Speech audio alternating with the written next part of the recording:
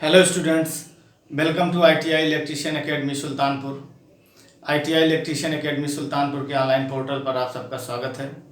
इस समय हम लोग DC जनरेटर चैप्टर के ऑब्जेक्टिव क्वेश्चंस को सॉल्व कर रहे हैं। इसी कड़ी को आगे बढ़ाते हुए नेक्स्ट क्वेश्चन आप लोगों के सामने स्क्रीन पे है। अच्छा क्वेश्चन दे रहे हैं और कुछ आपको ऐसे क्वेश्चन मिलेंगे, कुछ हिंदी में मिलेंगे, कुछ इंग्लिश में भी मिल सकते हैं और कुछ मिक्सअप भी लिख दूंगा। जैसा जो इजी लगेगा वैसा लिख करके कुल मिला के आपको समझाना है, क्योंकि आपको ना तो पूरी तरह से इंग्लिश आती है, ना तो पूरी तरह से हिंदी आती है। ITI के स्टूडेंट्स के साथ ये बहुत बड़ा प्रॉब्लम है। और एग्जाम में जो क्वेश्चन आता है या तो प्योर हिंदी में रहेगा या तो इंग्लिश में रहेगा। तो हम चाहते हैं कि दोनों चीज़ों में आप पढ़िए, दोनों मिक्सअप करके जब आप पढ़ेंगे तो उसका मैटर आप समझ जाएंगे। सपोज दैट आप एग्जाम में बैठे हैं और वहाँ पे आप हिंदी वर्जन आप सिलेक्ट किए हैं तो हिंदी पढ़ लीजिए, ठीक है। क्वेश्चन कुछ कम समझ में आया तो या कुछ लग रहा है कि आपको मिस्टेक है उस क्वेश्चन में, तो तुरंत ही उसका इंग्लिश पैटर्न पढ़िए, क्या लिखा है इंग्लिश में। तो वैसे अगर क्वेश्चन में कोई त्रुटि वगैरह है तो वो जो है इंग्लिश वाला ही सही माना जाता है, हिंदी वाला नहीं सही माना जाता है। तो इसलिए जब भी आपको कोई कन्फ्यूजन लगे तो इंग्लिश वाला पढ़ लीजिए, फिर थोड़ा हिंदी वाला पढ़ लीजिए, दोनों को मिला के आपको ये समझ में आ जाएगा वो कहना क्या चाहता है। तो चलिए नेक्स्ट क्वेश्चन आप लोगों के सामने स्क्रीन पर रखते हैं हम।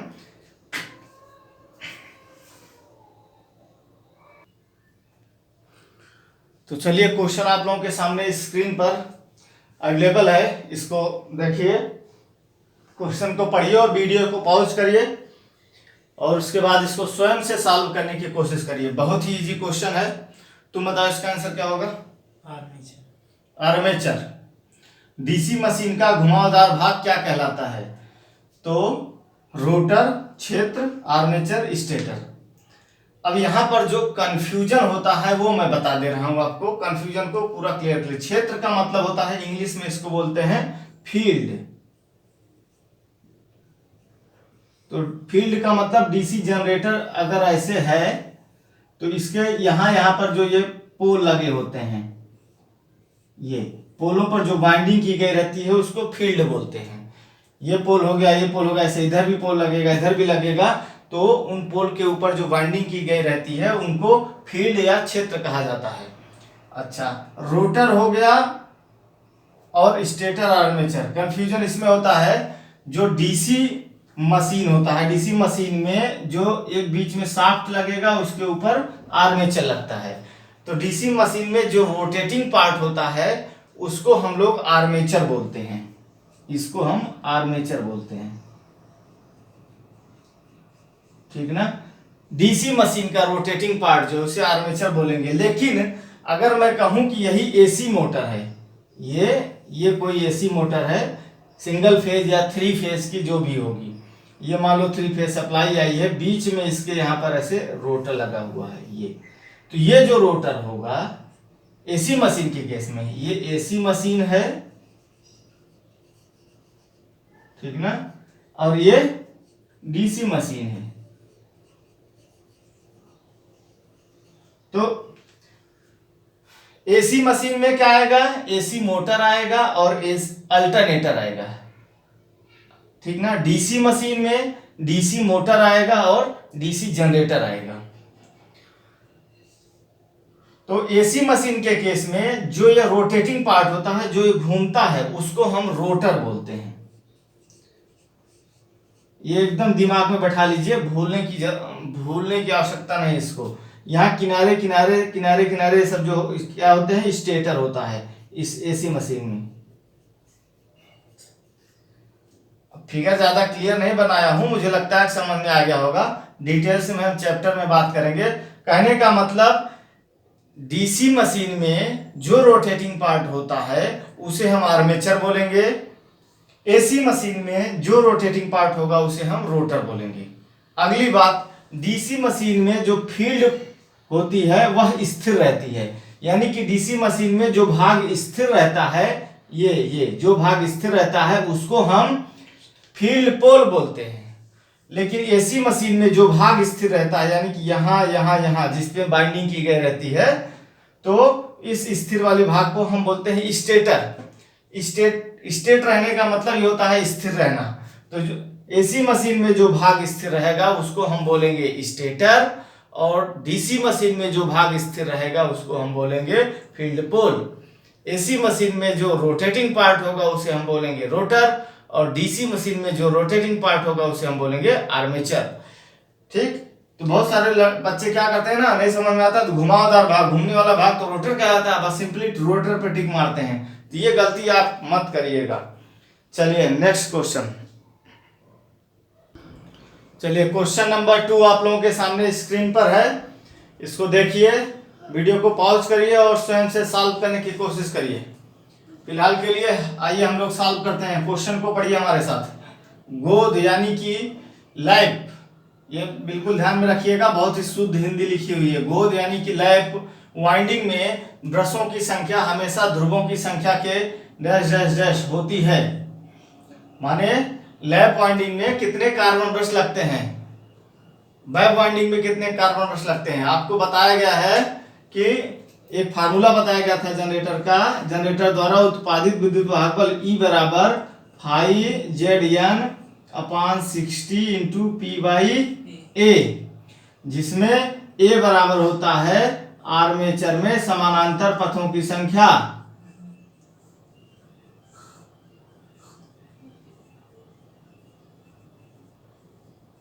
ये बराबर हो गया आर्मेचर में समांतर पथ।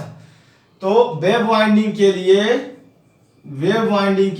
ए बराबर होता है 2, और लैप वाइंडिंग के लिए ए बराबर होता है P। ठीक ना, तो क्या पूछ रहा है कि लैप वाइंडिंग के लिए यानी गोद वाइंडिंग के लिए कितने ब्रश लगेंगे, जितने समानांतर पथ होंगे उतने ब्रश लगेंगे। बिल्कुल दिमाग में बैठा लीजिए कि अब हमें लग रहा है कि ऐसा क्वेश्चन पिछली क्लास में भी आया था, शायद ऐसा ही मिलता जुलता कुछ क्वेश्चन था, तो दिमाग में बैठा लीजिए कि जितने समानांतर पथ होंगे करंट निकलने के उतने ही कार्बन ब्रश आपको प्रयोग करना पड़ेगा, क्योंकि वेव वाइंडिंग में 2 ही समानांतर पथ होते हैं तो वहां पर 2 ब्रश लगेगा, लेकिन लैप वाइंडिंग में जितने पोल होंगे उतने समानांतर पथ होंगे, इसलिए पोल के बराबर ही कार्बन ब्रश का प्रयोग करना पड़ेगा। तो इसमें जो है ये वाला ऑप्शन सही होगा, ऑप्शन नंबर बी, हमेशा ध्रुवों की संख्या के बराबर होती है। ध्रुव मतलब पोल, ये आपका ध्रुव मतलब पोल। और जिन भी स्टूडेंट्स को ना कुछ भी समझने में समस्या हो रही हो, अगर अब देखो ऑब्जेक्टिव को थ्योरेटिकल की तरह तो नहीं पढ़ाया जा सकता है, तो जिनको अगर कुछ भी डाउट हो, नया क्लियर हो रहा हो, तो एक बार थ्योरेटिकल सेक्शन को पढ़ जरूर लीजिए। अगर मैं 100% पढ़ाया उसमें से आप 70% भी समझ गए ना तो बहुत है आपके लिए। चलिए क्वेश्चन नंबर 3। क्वेश्चन नंबर 3 आप लोगों के सामने स्क्रीन पर है, देखिए इसको सॉल्व करिए। टर्बो जनित्र के लिए एक उत्तेजक डैश डैश डैश डीसी जनित्र होता है। तो आप लोगों की जानकारी के लिए बता दूं कि यह क्वेश्चन डीसी जनरेटर का तो नहीं है, लेकिन अब डीसी जनरेटर की बुक में यह आया है तो हमने लिख दिया, और आपको इसका आंसर भी बता दे रहा हूं, थोड़ा कुछ इसके बारे में बता भी दे रहा हूं। उत्तेजक जो लिखा है इसको इंग्लिश में बोलते हैं एक्साइटर। एक्साइटर माने EXCITER, एक्साइटर। तो जो अल्टरनेटर होते हैं माने जो डीसी पैदा करता है उसे तो हम डीसी जनरेटर बोलते हैं, लेकिन जो एसी पैदा करता है उसे हम एसी जनरेटर या फिर अल्टरनेटर बोलते हैं। तो अल्टरनेटर जो होता है उसमें शाफ्ट पे एक छोटा सा डीसी जनरेटर लगा होता है। अब ज्यादा यहाँ बहुत ज्यादा डिटेल में घुसना नहीं चाहूंगा। अल्टरनेटर की जो फील्ड होती है उसको एक्साइट करने के लिए, एक्साइट मतलब उत्तेजित करने के लिए अल्टरनेटर की शाफ्ट पे एक छोटा सा डीसी जनरेटर लगा होता है। वह अल्टरनेटर की शाफ्ट के साथ ही वह डीसी जनरेटर का आर्मेचर भी घूमता है, और उससे जो बिजली पैदा होती है वह अल्टरनेटर के फील्ड को एक्साइट करने के लिए इस्तेमाल किया जाता है। तो वही पूछ रहा है कि टर्बो जनित्र के लिए, जनित्र का मतलब होता है जनरेटर, टर्बो जनरेटर। अब टर्बो क्या है ये चीज अभी फिलहाल क्वेश्चन पे आई है, टर्बो छोड़ दीजिए अभी। टर्बो जनरेटर है कोई, उसके लिए एक उत्तेजक डीसी जनित्र होता है। तो माने कि टर्बो जनरेटर में कौन सा उत्तेजक डीसी जनरेटर लगा होता है। हमारा कहने का मतलब है टर्बो जनरेटर जो बात कर रहा है अल्टरनेटर की बात कर रहा है, कोई एसी अल्टरनेटर है उसमें एक एक्साइटर जो लगा रहता है शाफ्ट पे, वह एक डीसी जनरेटर होता है। कौन सा डीसी जनरेटर होता है यही पूछ रहा है इस क्वेश्चन में कि टर्बो अल्टर, इसको जनित्र के बजाय अल्टरनेटर भी आप समझ सकते हो। टर्बो अल्टरनेटर के लिए एक एक्साइटर डीसी जनित्र होता है, कौन सा डीसी जनित्र होता है। मतलब कुल मिला के क्वेश्चन का समझ में आ गया होगा आपको। टर्बो अल्टरनेटर में एक्साइटर के रूप में कौन सा डीसी जनरेटर यूज किया जाता है, ठीक ना। तो इसका आंसर जो है वो भी आपको बता दूं, इसका आंसर होगा उपमार्ग जनित्र, ऑप्शन नंबर ए उपमार्ग। अब उपमार्ग जनित्र जो है, उपमार्ग का हिंदी हो जाएगा, सॉरी हिंदी तो लिखा ही है, उपमार्ग का इंग्लिश हो जाएगा संट जनरेटर। केवल उपमार्ग का मतलब होगा संट, उपमार्ग जनित्र का मतलब हो जाएगा संट जनरेटर। संट क्या करता है, संट लगा करके, आपको पता ही होगा इसको उपमार्ग क्यों बोला जा रहा है। संट लगा करके एक परिपथ की करंट को दूसरा रास्ता दे दिया जाता है। जैसे सपोज दैट कि एक मान लीजिए सर्किट है, इसमें यहाँ एक बल्ब लगा हुआ है इस तरह से, और इस सर्किट में बल्ब लगा हुआ है, मैं यहां से इसको न्यूट्रल मिल रहा है, ठीक ना। अगर मैं संट लगाने की बात करूं तो संट लगाने के लिए क्या करना पड़ेगा, एक तार ऐसे यहां से जोड़ दीजिए, से ये तार जो एक्स्ट्रा जोड़ दिया गया वो क्या हो गया, संट हो गया। धारा आएगी ऐसे ऐसे बैक चली जाएगी, बल्ब जलेगा ही नहीं।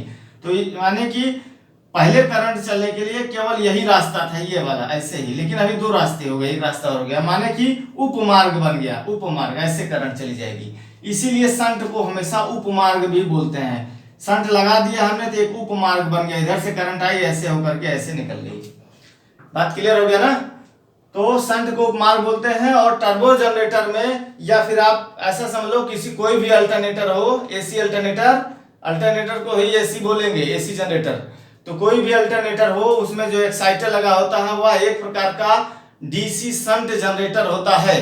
बिल्कुल दिमाग में एकदम बैठा लीजिए, भूलने का जरूरत नहीं है कि अल्टरनेटर में जो एक्साइटर लगा होता है, जो उसकी फील्ड को, अल्टरनेटर की फील्ड को एक्साइट करता है, वह एक प्रकार का डीसी संट जनरेटर होता है, ठीक। यही आपका ये हो जाएगा उपमार्ग डीसी जनित्र होता है। अब इतना अच्छा हिंदी लिखा हुआ है ना, अगर पहले से क्वेश्चन नहीं पढ़ के गए तो एग्जाम में 1 मिनट लग जाएगा आपको क्वेश्चन का मतलब समझने में। चलिए question number 4।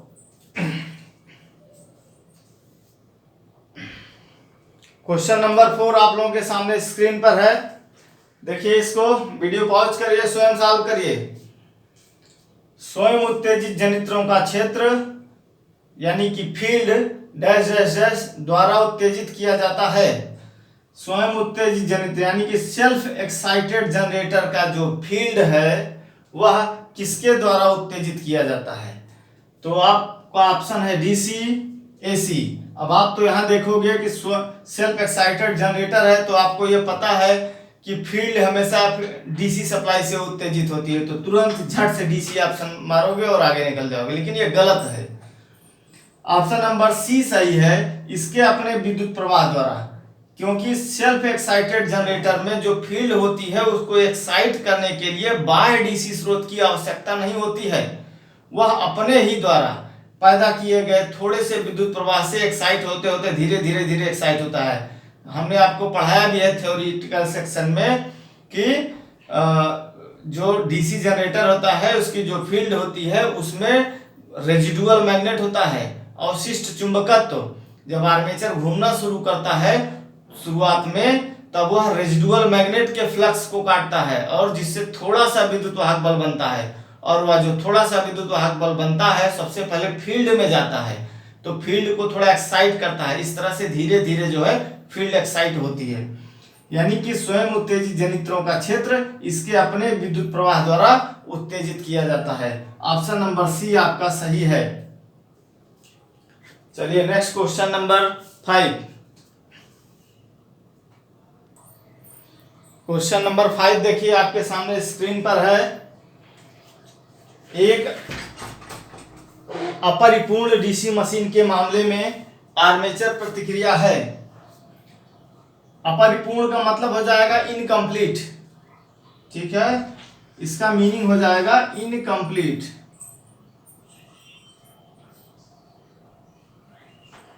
Incomplete DC machine मतलब डीसी मशीन भी पूरी तरह से कंप्लीटली बनाई नहीं गई है। तो अपरिपूर्ण डीसी मशीन के मामले में आर्मेचर प्रतिक्रिया, आर्मेचर प्रतिक्रिया यहां इंग्लिश इसका हो जाएगा आर्मेचर रिएक्शन।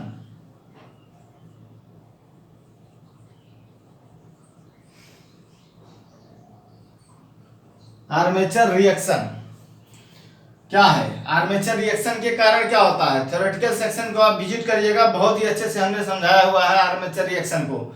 आर्मेचर रिएक्शन के दो प्रभाव होते हैं, एक होता है क्रॉस मैग्नेटाइजिंग इफेक्ट, जिसे हिंदी में बोलते हैं चुंबकीय विक्षोभ प्रभाव। दूसरा पढ़ाया है विचुंबकन प्रभाव, जिसे इंग्लिश में बोलते हैं डीमैग्नेटाइजिंग इफेक्ट। तो यहाँ पर डीसी मशीन के मामले में आर्मेचर प्रतिक्रिया यानी कि आर्मेचर रिएक्शन क्या है? दोनों चीजें हो सकती हैं, एक तो विचुंबकन प्रभाव हो सकता है, दूसरा जो है क्रॉस मैग्नेटाइजिंग इफेक्ट हो सकता है। क्रॉस मैग्नेटाइजिंग इफेक्ट में क्या पढ़ाया था आपको कि जो बल रेखाएं होती हैं यानी कि जो फ्लक्स होते हैं वह डिस्टर्ब हो जाते हैं, मेन फील्ड के फ्लक्स आर्मेचर फ्लक्स के कारण डिस्टर्ब हो जाते हैं और अपना मार्ग बदल लेते हैं। इस तरह से हमने दिखाया था। देखिए थोड़ा सा रिव्यू आपको करा दे रहा हूं। ये नॉर्थ पोल हो गया, ये साउथ पोल हो गया और इसके बीच में हमारा आर्मेचर रखा रहता है। और हमारी बल जब लोड नहीं लगा रहता है, नॉर्मल कंडीशन में आर्मेचर चलता रहता है, तब हमारी ये जो बल रेखाएं होती हैं नॉर्थ से साउथ की तरफ ऐसे सीधी रेखा में ऐसे फैली रहती हैं। इस तरह से हमारे जो फ्लक्स होते हैं सीधी रेखा में इस तरह से फैले रहते हैं। लेकिन जब आर्मेचर पर लोड पड़ता है तो आर्मेचर अपना एक स्वयं का चुंबकीय क्षेत्र बना लेता है और अपने उस चुंबकीय क्षेत्र के कारण क्या करता है, वो मेन फ्लक्स को, इस मेन फील्ड को डिस्टर्ब कर देता है। तब अगली कंडीशन में क्या हो जाता है, हमारा फिगर इस तरह से आता है।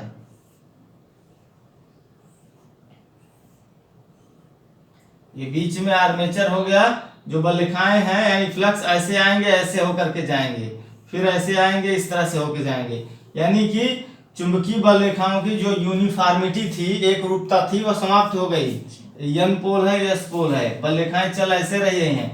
इसमें सीधा चल रही थी जब आर्मेचर पे लोड नहीं था। जब आर्मेचर पे लोड लगाया गया तो आर्मेचर का चुंबकीय क्षेत्र मजबूत हो गया, थोड़ा स्ट्रांग हो गया, तो वह मेन फील्ड के फ्लक्स को क्या किया, डिस्टर्ब कर दिया। मेन फील्ड का फ्लक्स सीधे ना जाकर के ऐसे तिरछा होकर जा रहा है, जिसके कारण हमारा जो एमएनए जीएनए होता है, हमने बताया था, एक वर्ड लिया था एमएनए मैग्नेटिक न्यूट्रल एक्सिस, और एक वर्ड बताया था आपको GNA geometrical neutral axis, GNA.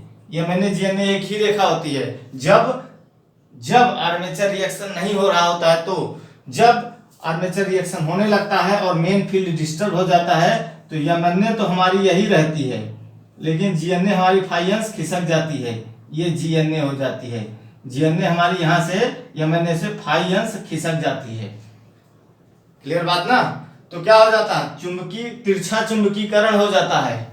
एक अपरिपूर्ण डीसी मशीन के मामले में आर्मेचर प्रतिक्रिया क्या है? आर्मेचर प्रतिक्रिया मतलब चुंबकीकरण नहीं, तिरछा चुंबकीकरण। चुंबकीकरण एक समान नहीं रह गया, तिरछा होने लगा, ठीक है। अचुंबकीकरण का कोई मतलब नहीं होता है, विचुंबकीकरण होता है। यहाँ विचुंबकीकरण लिखा होता तो शायद कुछ मानते कि आर्मेचर रिएक्शन के कारण जब अधिक लोड पड़ता है आर्मेचर पे, तो फिर डीमैग्नेटाइजेशन होने लगता है, विचुंबकन होने लगता है। तो फिलहाल के लिए ये ऑप्शन गलत है, ये भी गलत है। आपका तिरछा चुंबकीकरण, आर्मेचर रिएक्शन के कारण आपका चुंबकीकरण क्या होगा, तिरछा होगा। तो चलिए नेक्स्ट क्वेश्चन नंबर 6। इसमें ऑप्शन कौन सा सही करेंगे? ऑप्शन नंबर बी वाला, ये सही करिएगा, बी।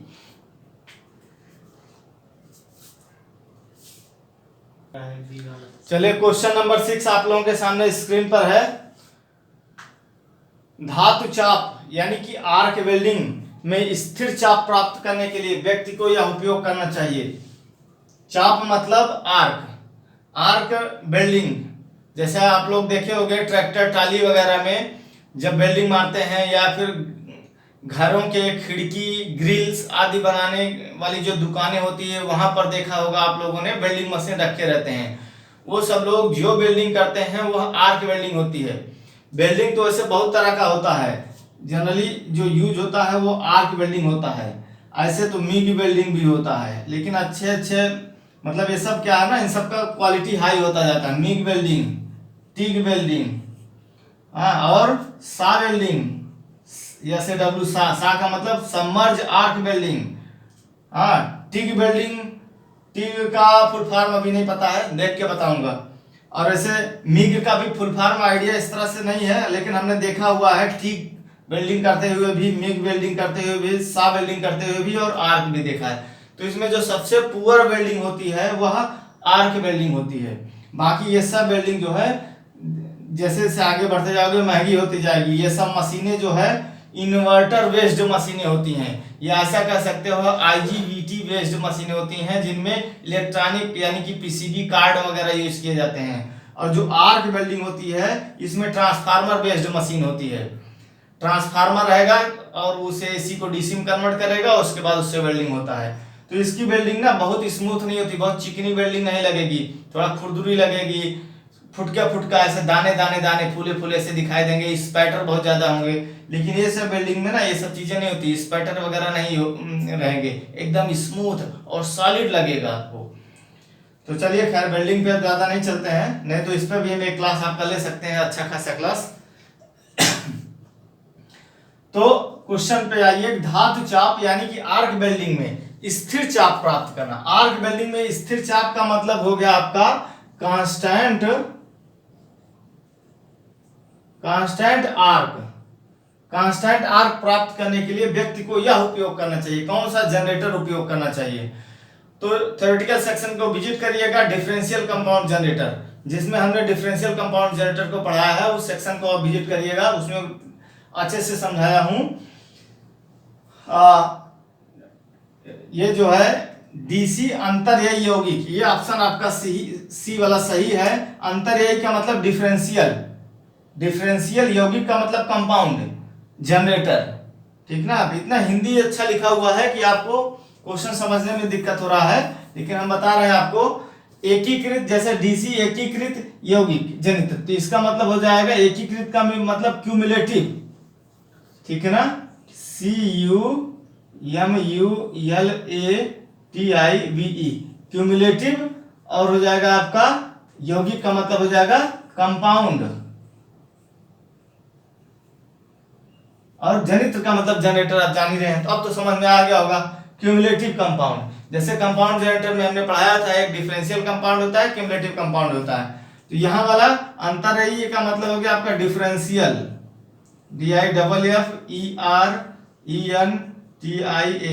डिफरेंशियल यौगिक का मतलब आपका हो गया कंपाउंड, ठीक ना। तो बस बाकी और सब जान ही रहे हो। उपमार्ग जनित्र, DC उपमार्ग जनित्र का मतलब आपका हो गया शंट जनरेटर। उपमार्ग का मतलब थोड़ी देर पहले ही बताया था, शंट जनरेटर। श्रृंखला जनित्र का मतलब हो गया आपका सीरीज जनरेटर, तो इसको बताने की जरूरत नहीं, आपको पता है पहले से।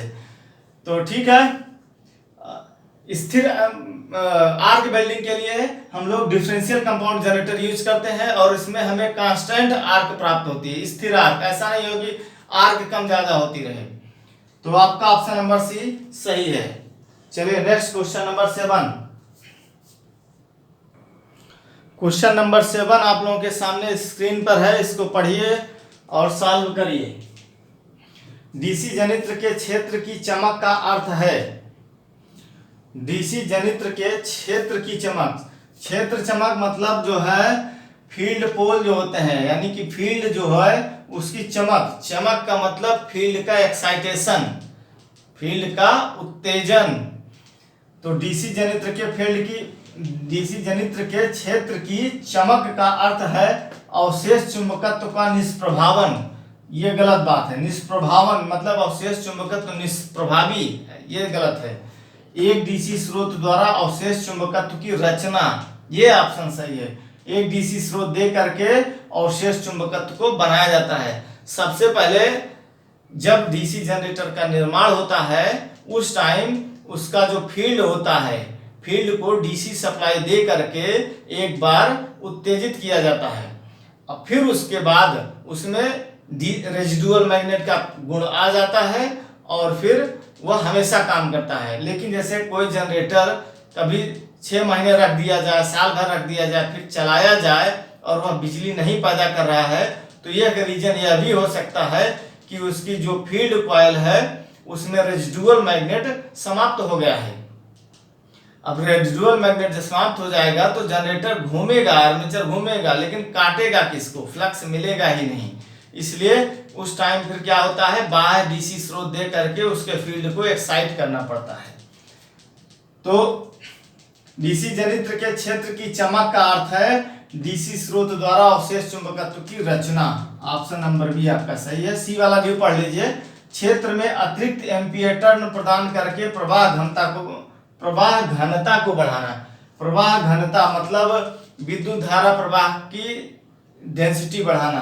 क्षेत्र में अतिरिक्त एम्पीयर टर्न यानी फील्ड में अधिक एम्पीयर टर्नों की संख्या बढ़ाइए। उसके बाद टर्नों की संख्या बढ़ाने पर क्या होगा, विद्युत धारा प्रवाह डेंसिटी बढ़ेगी। तो ये सब ऑप्शन गलत है। कुल मिला के डीसी जनित्र के क्षेत्र की चमक का अर्थ होता है डीसी स्रोत द्वारा उसके फील्ड को अवशेष उसके फील्ड को चुंबकित करके उसमें रेजिडुअल मैग्नेट बनाना। तो चलिए क्वेश्चन नंबर 8 पर आते हैं।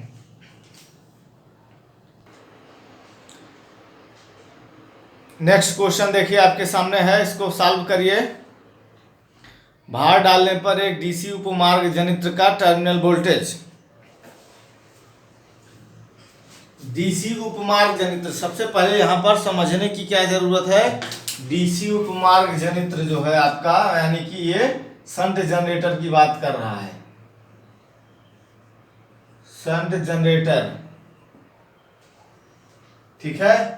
तो भार डालने पर डीसी शंट जनरेटर का टर्मिनल वोल्टेज क्या होता है, थोड़ा सा बढ़ता है, बढ़ तो सकता नहीं है। थ्योरेटिकल सेक्शन को अच्छे से विजिट करिए आप लोग, शंट जनरेटर जिसमें हमने पढ़ाया है, तो आपको अच्छे से समझ में आ जाएगा होता क्या है। ये आर्मेचर हो गया और ये ब्रश लग गए और ये फील्ड हो गया, इस तरह से जोड़ दिया जाता है। ये हमारा टर्मिनल पॉइंट बन जाता है। यहां से और यहां से लोड को सप्लाई दे दिया जाता है इस तरह से। ये शंट फील्ड होती है, इसको हम बोलते हैं एफएसएच। ये आर्मेचर हो गया, ठीक ना। तो जब लोड शंट फील्ड में क्या होता है, जब लोड लगाते हैं तो टर्मिनल वोल्टेज थोड़ा सा घटता है। रीजन क्या होता है कि लोड लगाने के बाद करंट जो होता है वह लोड की तरफ भागता है। तो लोड अगर थोड़ा सा ज्यादा हो जाएगा ना, तो सारा करंट, जैसे आप ऐसे मान लो कि करंट यहाँ आया, आर्मेचर में जो भी करंट है यहाँ पहुंचा, यहाँ पहुंच के 2 भाग में बैठा। एक भाग तो आएगा इधर, इसे हम बोलेंगे ISH, और एक भाग इधर जाएगा, इसे हम बोलेंगे IL। तो लोड अगर बढ़ाते जाऊंगा ना, तो ज्यादा करंट जो लोड की तरफ भागने लगेगा और यह जो है कमजोर पड़ने लगेगी। इसलिए शंट जनरेटर को कभी भी क्या करना होता है, अधिक लोड पर नहीं चलाया जाता है। अगर अधिक लोड पर चलाएंगे तो मैक्सिमम करंट इधर भाग जाएगी और फील्ड की तरफ आने वाली करंट का मान कम हो जाएगा, जिसके कारण फील्ड का एक्साइटेशन कमजोर पड़ जाएगा। फील्ड का एक्साइटेशन अगर कमजोर पड़ेगा तो आर्मेचर जो है वह कम फ्लक्स को काट पाएगा, जिसके कारण उत्पन्न होने वाला विद्युत बल कम हो जाएगा। तो लोड लगाने, पहली बात यह कि शंट जनरेटर को स्थिर लोड पर चलाना चाहिए। दूसरी चीज, लोड जब लगाएंगे तब थोड़ा सा करंट यानी कि थोड़ा सा वोल्टेज कम होता है। रीजन क्या होता है कि करंट इधर चलने लगता है, इधर ड्रॉप ज्यादा हो जाता है, तो थोड़ा सा आपका टर्मिनल वोल्टेज घटता है। साथ ही साथ टर्मिनल वोल्टेज घटने के लिए केवल यही इतनी चीज जिम्मेदार नहीं है, आर्मेचर में भी वोल्टेज ड्रॉप बढ़ जाता है। तो अब यहाँ पूरा चीजें ऑब्जेक्टिव में सब कुछ क्लियर कर पाना संभव नहीं है। तो आप कुल मिला के ये जान लीजिए कि टर्मिनल वोल्टेज थोड़ा सा घटेगा। ऑप्शन नंबर बी सही है। और ज्यादा अच्छे से समझने के लिए आपको थ्योरेटिकल सेक्शन देखना पड़ेगा। भार डालने पर शंट जनरेटर का टर्मिनल वोल्टेज थोड़ा सा कम होता है। तो चलिए फिर इस क्लास के लिए बस इतना ही। 8 क्वेश्चन हो पाया है और नेक्स्ट क्लास में मिलते हैं और भी अच्छे अच्छे क्वेश्चंस के साथ। चलिए, तो अगर हमारा वीडियो अच्छा लगा हो तो लाइक और शेयर जरूर करिए। Best of luck.